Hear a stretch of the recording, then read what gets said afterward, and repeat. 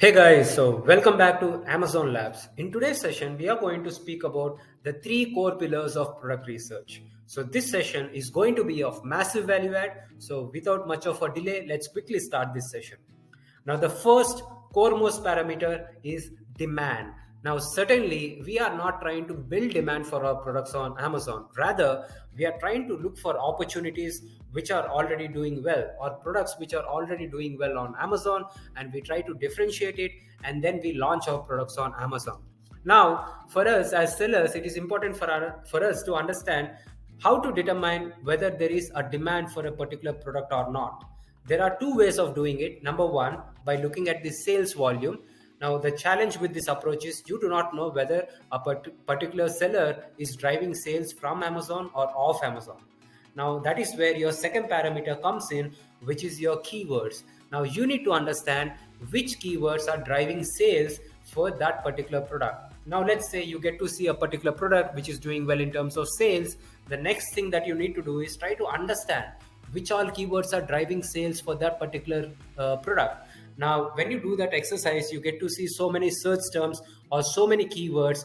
And then if you use software tools, or if you use brand analytics, you also get to see what is associated search volume, and looking into those numbers, that is how you determine whether there is a demand for a particular product or not. And the second foremost aspect is your competition. Now, this is also a very important aspect, at least for beginners, because we don't want to compete with people who have got 10,000 or 5,000 reviews, right? Because you cannot compete with them in terms of pricing. Now, let's say as beginners, we could be sourcing some 500 or 1,000 or 1,500 or 2,000 units. On the other side, your competitor who has got 10,000 or 20,000 reviews, he could be importing containers and containers loads of volume. Now, certainly his unit price will be much lower than you. So do not go after competitors who have got thousands and thousands and thousands of reviews. Rather, what you should be doing is look for markets where the average review count is low. So look for markets where the average review count is as low as 500, as low as 300, right? Anything less than 1,000 is fine. So it's important that you get to find an opportunity which has got high demand in terms of sales, as well as you know which all keywords are driving sales for that particular product. And also you also need to study your competitors and understand the average review count in the market, right? So that is your first parameter. And then comes your problem to solve.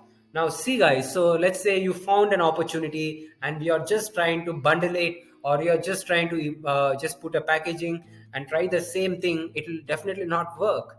Now, for us to succeed, we need to add some value to the marketplace. We need to bring some value onto the table. Now, how is that you add value onto the table, right? So once you get to see an opportunity, now just try to study your competition. Just identify your top 15 competitors.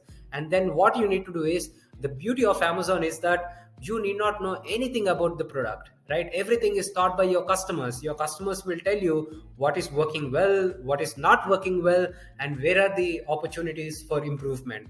Now, all that you need to do is, once you get to a product, study all the reviews from your competitors, and then make a note of what is good, what is bad, and where are the opportunities for improvement. Now, once you do that activity or analysis, you will you will be able to make a list of all the opportunities for improvement.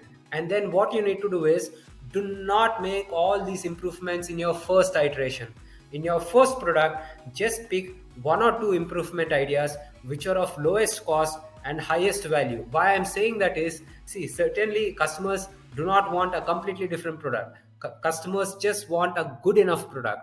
Now, if you, let's say you have performed your study of your competitors and you got to see there are 10 areas for improvement. Now, if you integrate all 10 improvements in one shot, certainly your cost price will go up and you are no longer competitive to compete with your competitors on Amazon, right? So what you need to do is, just pick one or two ideas which are of lowest cost, right? So you can just discuss with your suppliers and then make those changes at a lowest cost possible.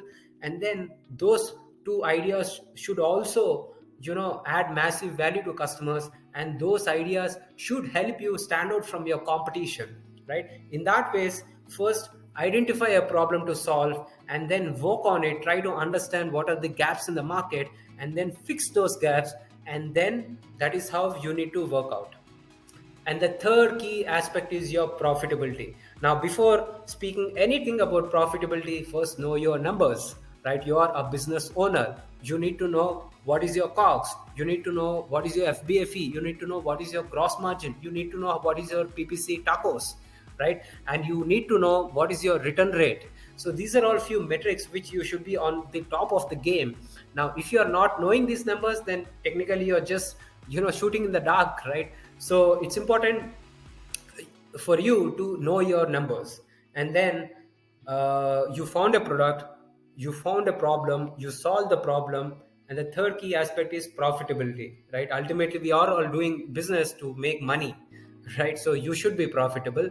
Now let's say if the average price, if all of your competitors are selling at the exact same price, then that may not be a good market to enter unless you have a strong value proposition. Rather, let's say you get to see an opportunity or a market where the price range is ranging maybe like $20 to $50 or $20 to $70. So you have a lot of room in between to come up with something of better value to customers, and then identify your sweet spot in terms of pricing, right? So these are the key three parameters or three core pillars when it comes to your product research. I hope this video is of massive value add to you and you learned something new today. If that is the case, just give me a thumbs up and subscribe to my channel. Take good care and see you in our next video. Thank you guys. Take care. Bye.